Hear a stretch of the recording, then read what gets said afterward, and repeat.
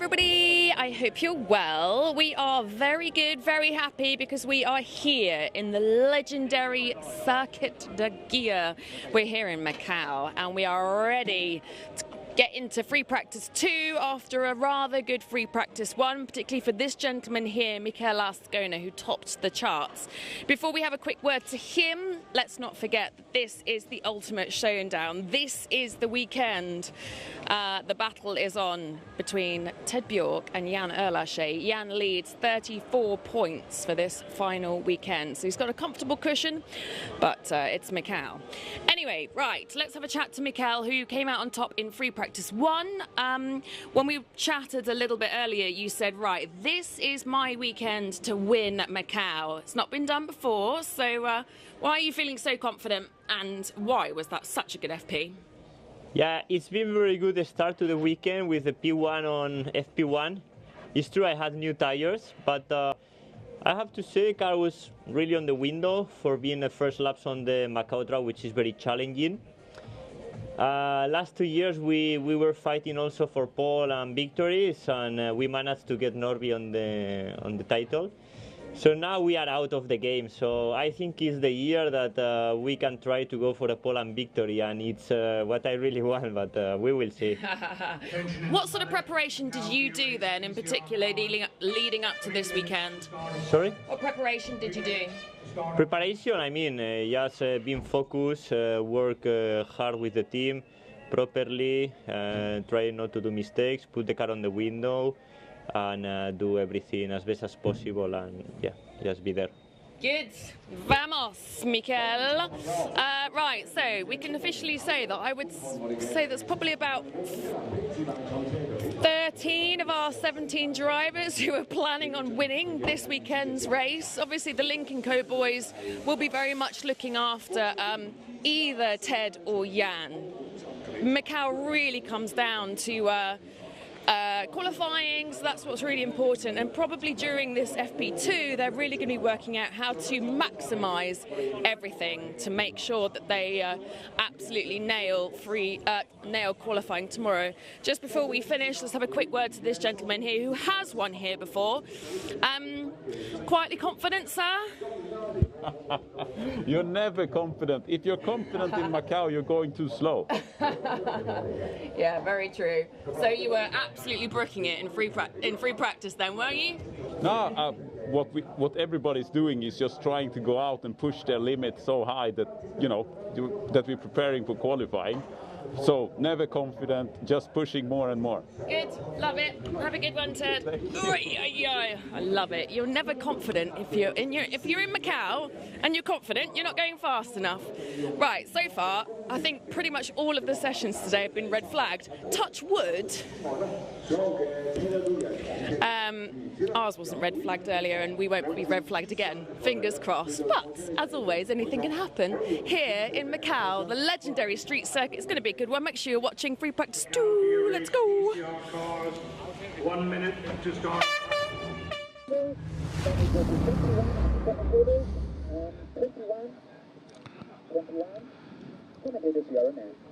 Free practice 2 ready to go then, and the earlier session did have a red flag courtesy of one of the local drivers getting in strife down at the hairpin, but fingers crossed this one can go without drama, and there are 30 minutes on the clock, and it's the last opportunity for the drivers, for the teams, to make sure that they have a car that is absolutely as they want it, as they need it for qualifying tomorrow, which will have 30 minutes for everybody, and then the top 12 get a further 15-minute shootout, and it's from that really that the 2 grids are going to be based, because race 1 is the natural order, race 2 has the top 10 in reverse.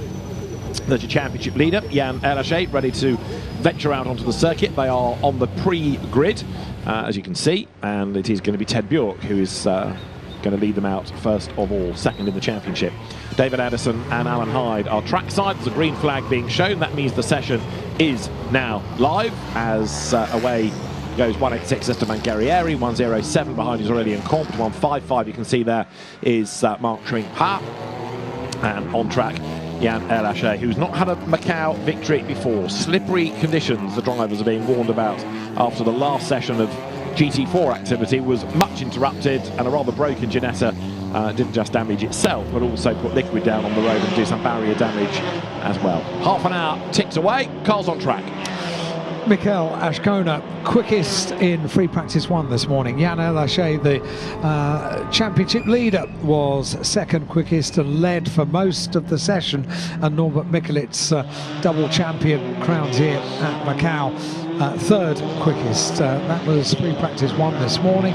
They don't have a competitive element to today. It is 2 free practice sessions, so they can dial the cars in. They can do an awful lot of good today. They can also do an awful lot of bad, because if you have it off, if you cause damage to the car and then set yourself up for qualifying tomorrow with a repaired car, then that's going to put you on the back foot for the weekend. So I think the key to this, the key to free practice 2, is to keep it neat, keep it tidy, try to find the limits, but without pushing things too hard. Would you say that's an accurate description of how to attack an all free practice day? Yeah, I think so. And they'll also have a different plan in terms of whether they want to focus on setup or scrubbing tyres or bedding brakes or whatever. So you're never really comparing like with like in a free practice session. Certainly towards the end of this, you'd anticipate people to start thinking about qualifying, but they've got half an hour in which to do that. However, half an hour could disappear very quickly, especially if we get interruptions, because you lose minutes with an in-lap, you lose time with a stoppage, you lose time with an out-lap. So we should be okay, because the majority of this grid are regulars in the World Championship, this WTCR replacement, the World Tour. They are professional drivers being paid by manufacturers. So in theory, we ought to be able to get through this without too much drama. Yes, please. That's what we're hoping for during this session, because it is always, on the first day of the Macau Grand Prix weekend, it is always a little bit challenging. What was the phrase that you used to me many years ago? Safety car breeds safety car. Yeah, true. And in the case of Macau, it's red flag, and very often that happens. You have one, the cars leave the pit lane, the tyres have gone down to below optimum temperature, and then you get another car which goes off, so another red flag, and that was very much the story of last year when we had challenging conditions. The good news is that this year we don't have challenging conditions. This is just about perfect, isn't it? Yeah, it's dry, it's a little bit blustery, but a dry circuit is vital. So now onto a flying lap they go, and we're looking for something around the 2:28 mark, because that's what Mikel Ashkona got down to in FP1 this morning. This is Jan Elaché's view. He's heading down to Lisboa. Green flags flutter, and Elaché lines the car up, turns right, and the bright blue Lincoln Co. then, which is the car of the championship leader, Jan Elaché, in his championship battle with Ted Bjork, and he now powers up San Francisco Hill. 4 wins to Elaché, 3 wins to Bjork, 34 points between them, 75 points on offer, and come qualifying, you've taken 15 out of the equation, so it might be a slightly different situation points-wise after that tomorrow. Pink flashes on the side and the wing mirrors of Jan Elaché's car, the championship leader, on board with the Frenchman in the Lincoln Co. Cyan Racing, number 168 car, and threading his way around. Every year it sort of surprises me when you are on board and you're in a touring car and you're threading your way around the tight, twisty section of the circuit. They can overtake, they can get side by side on that section, which is when you're on board and you're looking from inside the car. It's almost incredible that you get at least one car down through there, but over the years I've seen quite a few fairly audacious overtaking manoeuvres taking place on that tight and twisty section. Not least, I think I remember Tom Chilton having a successful overtake there. That's some years ago. But it's incredible what you can do in a touring car that you can't seem to do in any other kind of car around the Guia circuit at Macau. Yeah, Rob Huff was always another great overtaker on that mountain section if a sniff presented itself. If you come back with wing mirrors, you're not trying. Exactly, exactly. And there, right up against the concrete, Jan Elaché, he gets a little bit out of line coming off Fisherman's Bend. So now down towards the R bend, the last corner on the lap, comes the Lincoln Co. Swings through the corner and now up towards the timing line. So that lap for Jan Elaché is a 2:30.296. though not as good as he was doing towards the end of FP1, but in the ballpark. Ashkona has gone purple in sectors 2, 3 and 4. Top of the times in FP1. Looks as if he's about to go top of the times with the first flying lap in FP2, and does so. So a 2:29.104. 2:29.104 is the first benchmark time for Michael Ashkona, who was fastest in the earlier session on a better time as Ignacio Montenegro goes by and slots 8th quickest. Going a little bit better than this morning is Marcin Hua, up to 3rd fastest, early doors in the Lincoln Co. But Ignacio Montenegro carries on. Nestor Girolami to the pit lane, number 129 Hyundai. It's a really tough start to the year for the Hyundai drivers, but the double Super TC2000 driver from Argentina, double champion in that category, Nestor Girolami into the pit lane. Interesting that he's bailed, because he did the absolute best first sector, but decided to abort the lap. This is Max Hart, very much, Alan, a late caller. Yeah, certainly was. Just a couple of days ago got the call, and he was, I think, slightly disappointed. Thinks maybe there's a bit of unfinished business here at Macau, and wasn't down on the entry list to be competing in any either the local races or the TCR World Tour that we're seeing out on circuit now. And then a couple of days ago got a call. It was all very, very last minute, very rushed. Can you pack a bag? Yes, we can. Can you get a flight? When can you get the flight? He was checking flights while his girlfriend was packing the bag, got on the flight, and here he is. Having gone well in the Chinese Championship races here in recent years, been a victor. So Norbert Mikulic, you're riding on board with. He's down at the Melco hairpin, down to 1st gear, sprints out the other side, track map on the dash. Then if he gets a call about dramas at a given corner, he can quickly refer to it and know exactly where the incident may well be. Mikulic then comes down through Black Sands, and the reigning champion then turns the Hyundai onto the run towards our bend and then towards the timing line.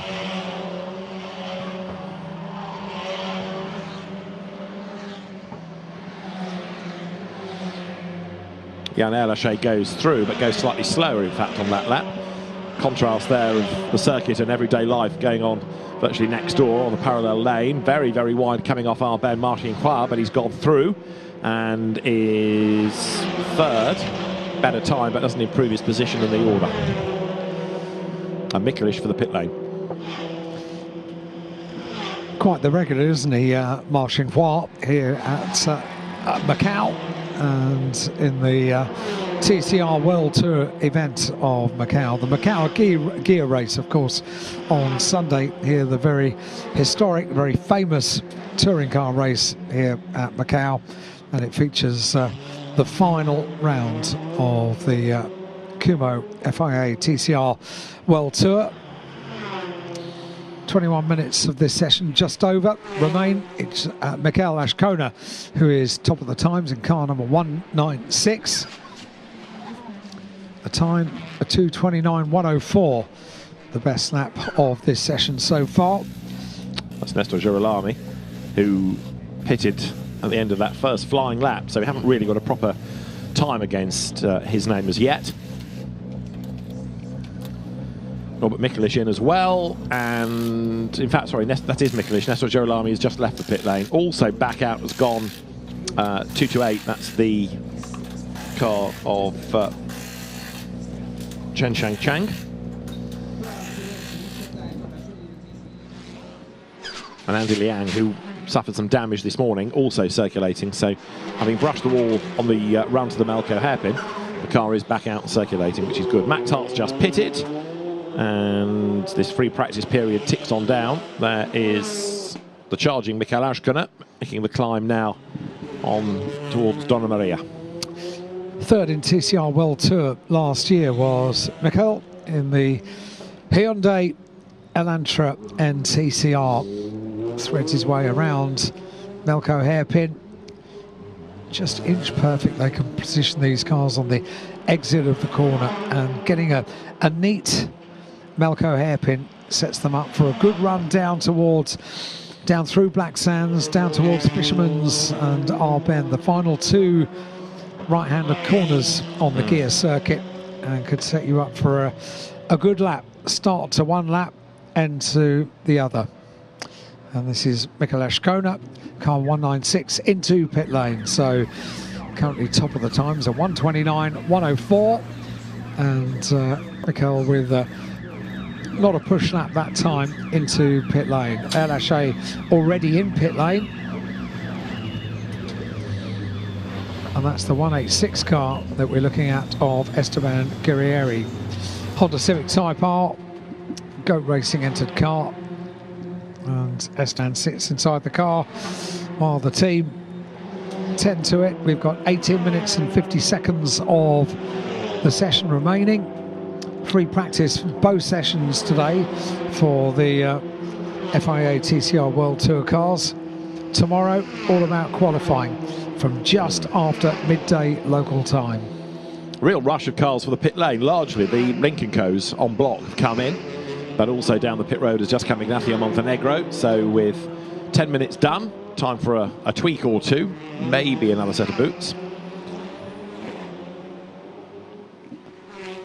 8th and 11th, the two TCR Australia drivers, Josh Buchan and Ryan McMillan, in the HMO Customer Racing Hyundais. TCR Australia has had a rather difficult season, to say the least, with rounds being cancelled and entry levels being fairly modest, to say the least. But Josh Buchan took on the TCR World Tour regulars in Korea, came out on top, won the first race at India, so he did a good job. That is Ignacio Montenegro's Goat Racing Honda, the team manager of Goat Racing. Pepe Oriola brought back into competition this weekend, so he's got a third car and is 10th in the times. Quite a lot of Asian drivers did enter the event, but haven't got through, if you like, to the sort of final selection process. So 17 cars is a smaller entry for Macau than we've had for a few years, but maybe it gives a bit more chance to breathe without quite the same potential mayhem. Big slide there for Josh Buchan. So you've got the two HMO cars running in tandem. And they're on the run towards the Macau hairpin. So quite a few of our pit stoppers are now on the outlap from pit lane, including Esteban Guerrieri, Max Hart, Norbert Mikulits, Ted Bjork, and Jan El Haché, all on outlaps from the pit lane. And we are fast approaching half distance in this FP2 session. A look at the 107 car of Aurelien Conti in the Cupra Leon.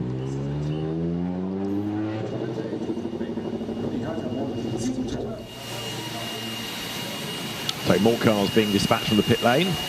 Those that are in need a bit of cool air into the engine bay, try and reduce the temperatures. The HMO Hyundais have been circulating together on track. They're circulating down the pit lane together as well.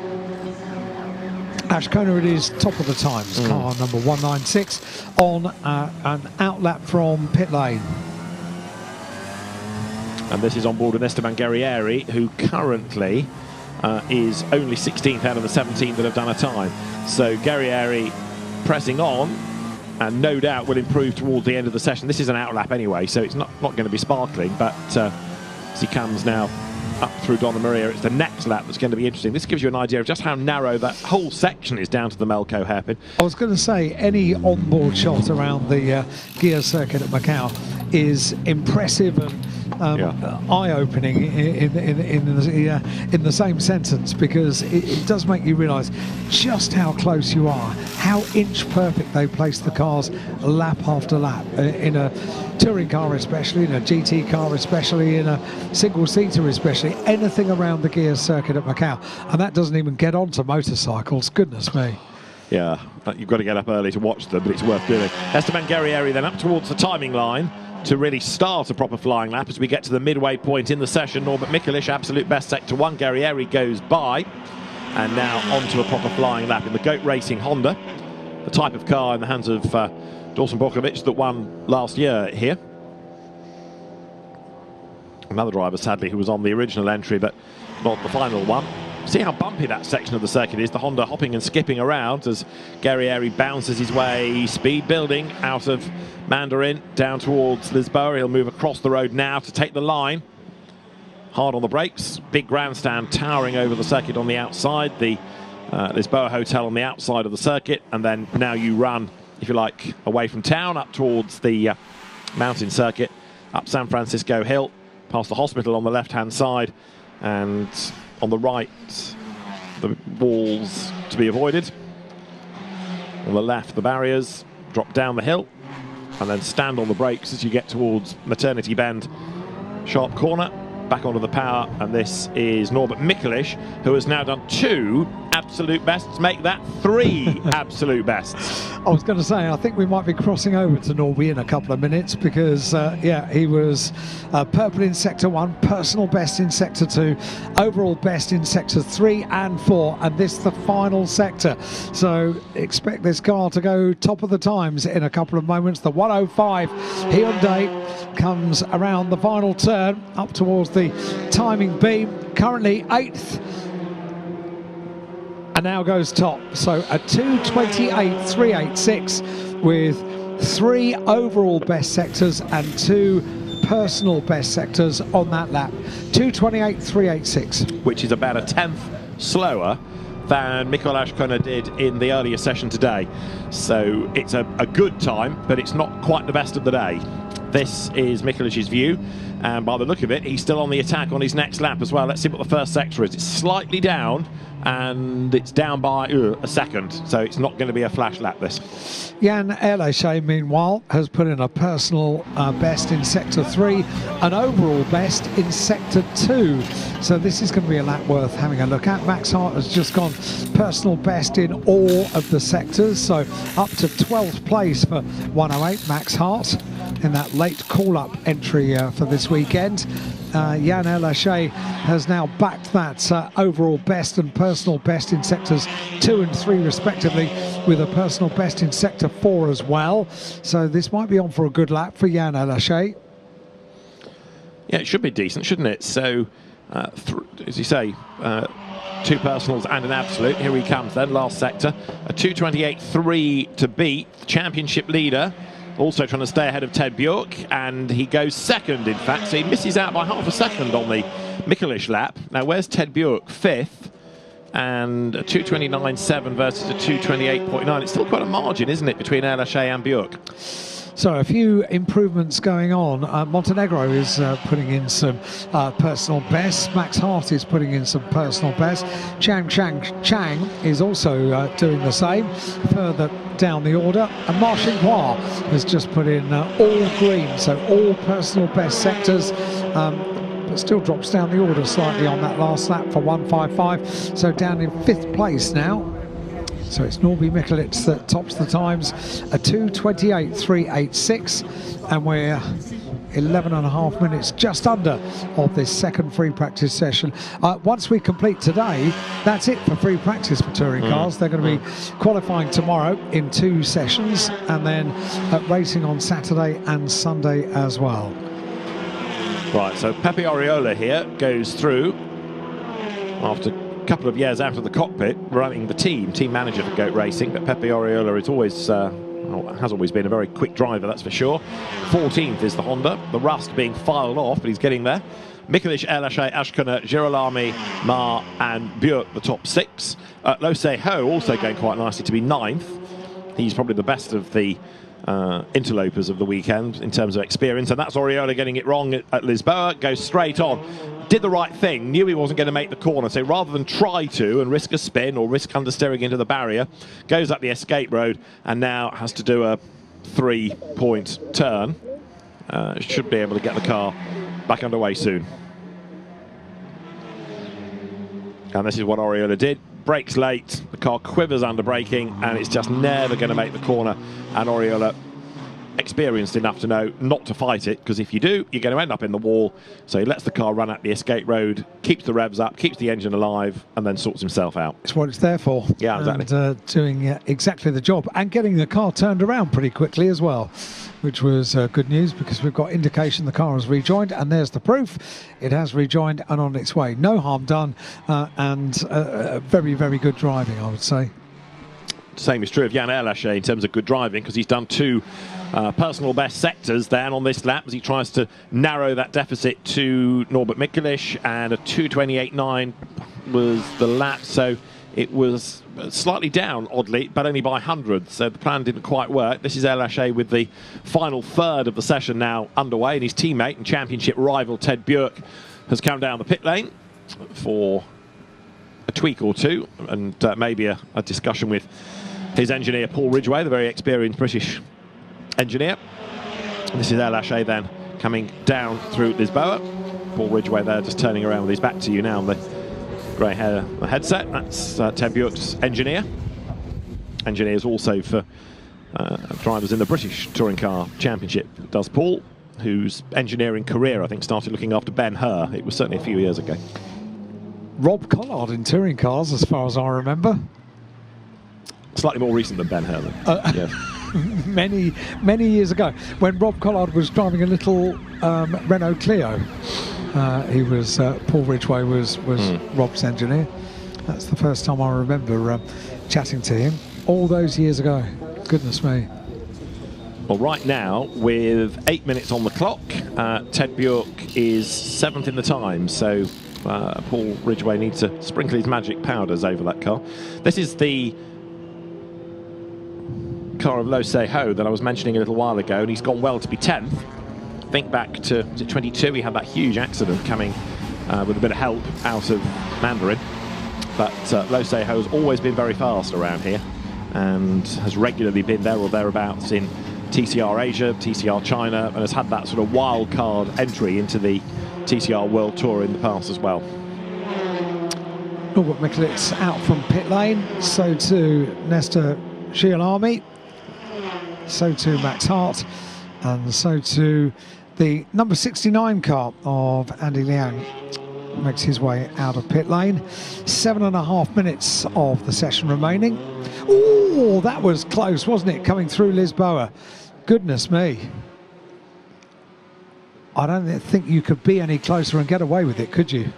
Has he got away with it? Has that just done a slight bit of damage? Yes. Maybe. We'll see if we can get a replay of that, because I think, as you say, it was so close, it must surely have touched the wall.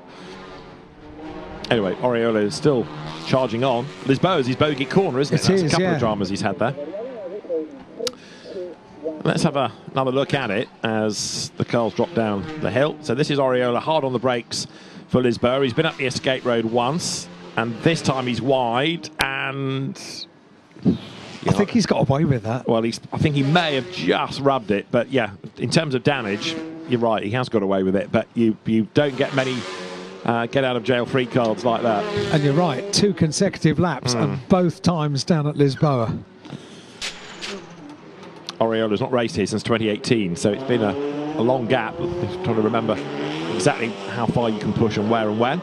This, in the meantime, is Nestor Girolami back out after an early pit stop, and Girolami has chipped his way up to 4th in the order. So at the moment, we've got Hyundai, Lincoln Co. from Hyundai, Hyundai, Lincoln Co., Lincoln Co., Lincoln Co., Honda, Honda, and to round out the top 10 currently is Lo Se-ho with the privately run Hyundai. Comes out of the Evolve Racing stable rather than being a manufacturer entry. And we're looking at the championship leader, Jan Erlacher, comes into this weekend, and although on paper, if you look at the numbers, with a handsome advantage, in reality over the course of this weekend it could very easily change. So there is quite a bit at stake over the course of this weekend. A points advantage heading into this weekend is really good news, but he needs to be finishing well ahead of Ted Björk, and so far today Ted Björk has not featured where we would expect him to be. He's currently down in 7th place, car 111. We've not seen too much of him on screen either, have we? No. For Ted Björk. who's had 3 race wins this season and is in the fight for the championship, but something needs to be unlocked right now. You're right. Yeah, it's... We've got a yellow flag at turn 7, and that, I fear... Oh, it's a Hyundai. That's number 5, isn't it? Ryan McMillan, who's off up near maternity and hopefully can get going, but I think he's in the wall. So the car trying to reverse out, and he has got the car on the move, and you can see the tyre marks where he's understeered off into the barrier. So the car is on the move again. Bravo. That means the session stays live, but there's going to be a bit of damage on that front left corner of the Ryan McMillan Hyundai.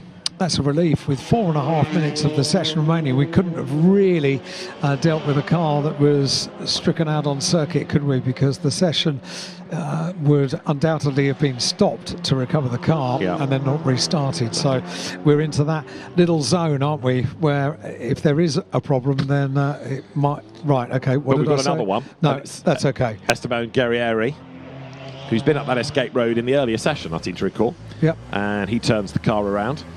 There's definitely something magnetic down at Lisboa for Hondas.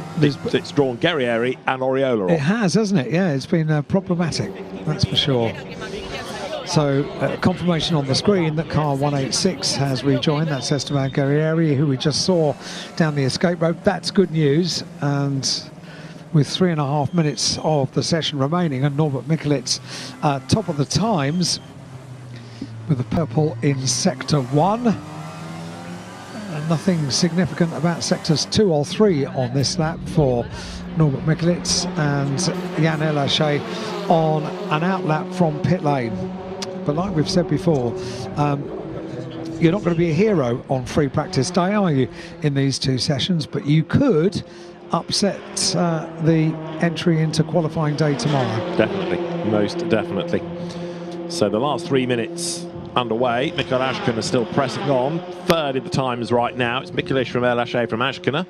Behind him on track is Lo Se-ho, who you should not rule out, the quick Hong Kong driver.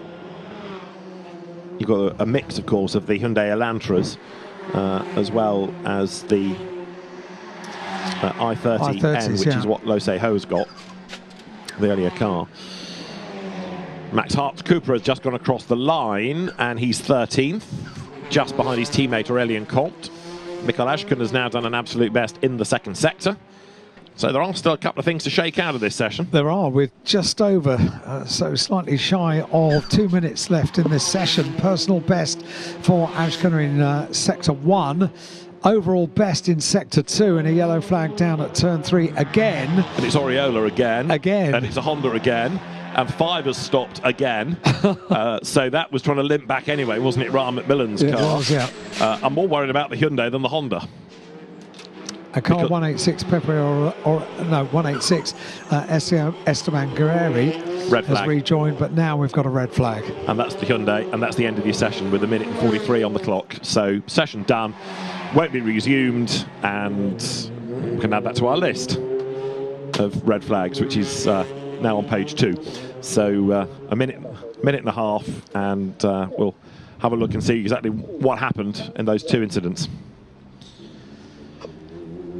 So there is the damaged Hyundai, and you can see it has been in the wall. The suspension's broken, and by this stage, I mean, fair play to getting it around the Malco hairpin, but that clearly has not done it any good. And as the suspension deteriorates, it ends up having to stop on the circuit. And the car then parks, and we are down. Ryan McMillan ending up 16 fastest, so the session won't be resumed. And the cars make their way down the ramp into the underground car park that acts as their paddock. Big frustration for Ryan McMillan, eager to score this weekend and prove what he can do. He's moved from single-seaters to touring cars this year. He was the champion last year in the Australia Formula Open Series, which was in a Formula 3 Dallara Mercedes. And Ryan McMillan then effectively causes the session to be stopped. Josh Buchan, who's in the other car, just to make the point, is the double TCR Australia champion, 23-24. So, a little bit of frustration for the teams. We were almost at the end of the session, so they've probably only lost a lap, in fairness, haven't they? Not too much of the session being lost under that red flag. But I'll come back to the pit lane, and the cars then off to the paddock again. And as Alan said, that's the end of their activity for today. They hit the track tomorrow for qualifying at 12:10. And then they race Saturday, and they have another race on Sunday, which is the Guia race, the fabled Guia race, the touring car race at Macau.